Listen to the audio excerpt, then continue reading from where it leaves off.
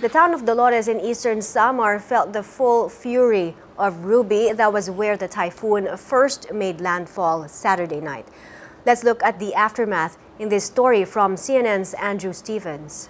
The reports that we've been getting says that the small town of Dolores is one of the hardest hit in this entire region. It's on the island of Samar, about 100 kilometres northwest of Tacloban.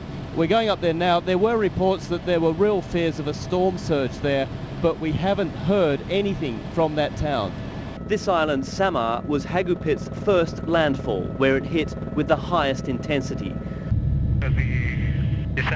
We reached Dolores 40 minutes later. From the air, it looks battered, but not devastated. Trees down, houses unroofed, and just north of the town, this resort clearly showing the scars of nature's fury. We were the first international journalists, locals tell us, to reach this remote town. We've arrived here in Dolores, and this is the grounds of the school here, which is now the main evacuation centre of the town. And you can see there are literally hundreds of children here who sought safety from the storm. You can also see these downed trees as testament to the sheer power of Hagupit. All around this area, big trees, all of which have been uprooted. Dolores took a direct hit from Hagupit. It roared ashore with winds of up to 230 kilometres an hour, but no sign of a deadly storm surge. The damage here looks like the result of high wind, smashing houses as it came through. The wind is very, very super strong. What happened to your house? My house is broken. My house is broken.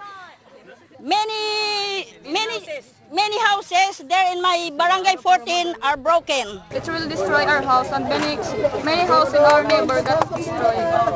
And do you know, have you seen many people who have been hurt? Nothing I can see, because the Pagasa tell us earlier so we can evacuate, so everyone is safe, I think. Gratitude here for the early warning from Pagasa, the National Weather Service. Others we spoke to told of injuries here, but no deaths. But they do tell us the islands just offshore took a much harder hit than Dolores. What you can see from here, you see some damage certainly, but certainly not the devastation that was associated with Haiyan at the school ground, which dominates really this village.